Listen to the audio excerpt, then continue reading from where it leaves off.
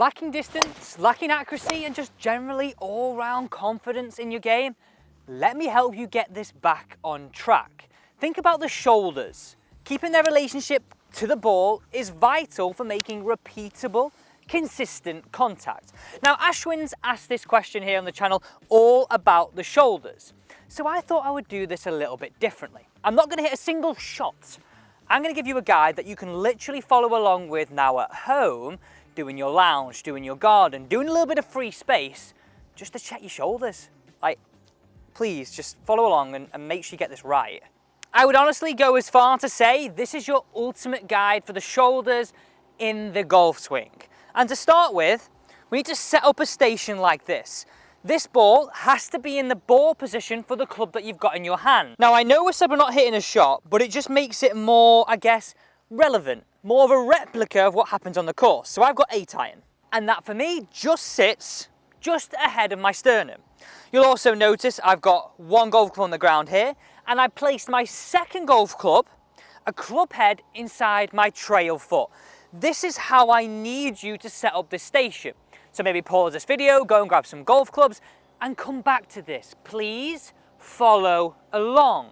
When you're looking down at your own feet right now, that's sort of something you should be looking for. Just something close to this. So remember, a club head inside, the ball position for the club that you've got. That's mine with 8 iron. So let's sync up the backswing, the arms, the body, the shoulders. And the shoulders are the main driver of this. We're looking at backswing and downswing. I definitely should have said this is going to help your downswing too. So I just need you to set up like this. Grab your golf club, and don't worry, this is not something that you've seen before. I'm just thinking if you're doing this inside and you're following along right now, I don't want you hitting everything at home. So more the golf club pointing out your lead side, just like this. Get into golf posture as best you can, remembering the setup we spoke about earlier. Club head away from you with this back golf club, and the ball in the correct ball position for the club that you've got here. This will come when we look at downswing, but let's get it right from the start. So all I need to do is just check something for me right now, is check how much rotation we have. Now, I want you to just do this without moving your hips. I want you just to turn your upper body, and the focus should be the end of that golf club starting to work down somewhere over the golf ball. It's not straight down, it's not straight across, it's somewhere down towards the golf ball. So something like this, okay? Now, most of us will get somewhere here with no hips, okay? Now let's add in some hips. Now you'll notice, for me, I get a little bit short of there, comfortably, right? So what I need you to do, if that is you, just think about flaring those feet. All we need to do is have the upper body turning more than the lower body. That creates an X factor stretch. I just think of this as like an ultimate guide to the shoulders, by the way. So look at my feet right here. I'm going to flare them out, and all that does is just give me a little bit more hip turn. So now repeat that test again. I want you to move the upper body, no hips. Now add in the hips. And what we're looking for is this. Upper body 90, lower body roughly around 45. Whereas before, my hips were so tight, I was somewhere here, which is impacting my upper half. So just get there. So you're looking at this point to have this golf club on this side of the club on the floor. So get over it, get this side. I have my spine angle slightly tilted away. And I'd really recommend just doing for me 8 to 12 reps, working it like this. And down the line, it's gonna look somewhere here. It's going to look somewhere here. Now, the reason why I'm so passionate about how these move is think about like a helicopter, right? The center of the helicopter is so important because it keeps the propellers, our arms, and our golf clubs in our golf swing on plane.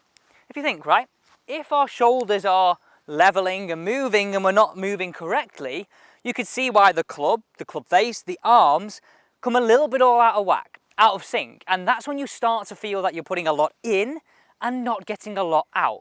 So first point, just get the golf club on this side of the club on the floor. That's this side. This for me now is where you're really going to start to get that power back.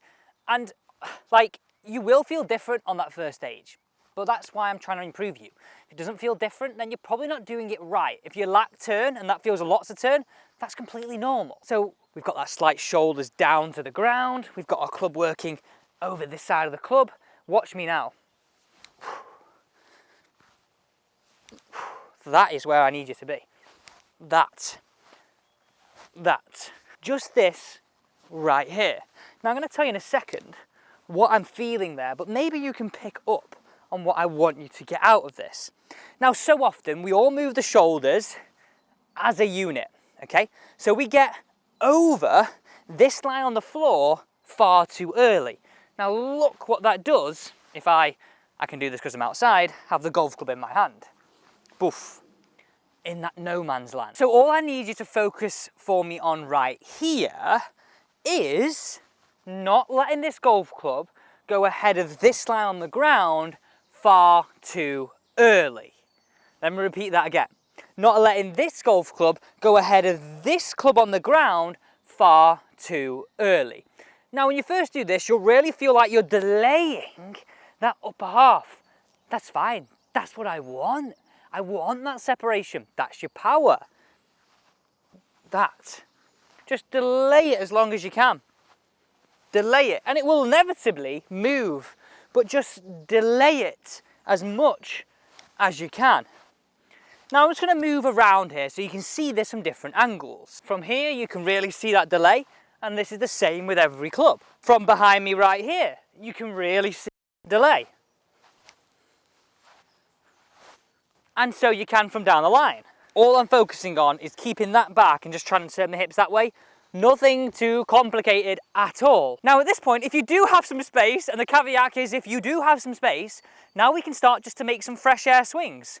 Just make some fresh air swings, bringing in both the backswing and the downswing elements. So roll the golf ball to where it's just out of reach, okay? So where you're not gonna hit it, but still making sure it's in the correct ball position.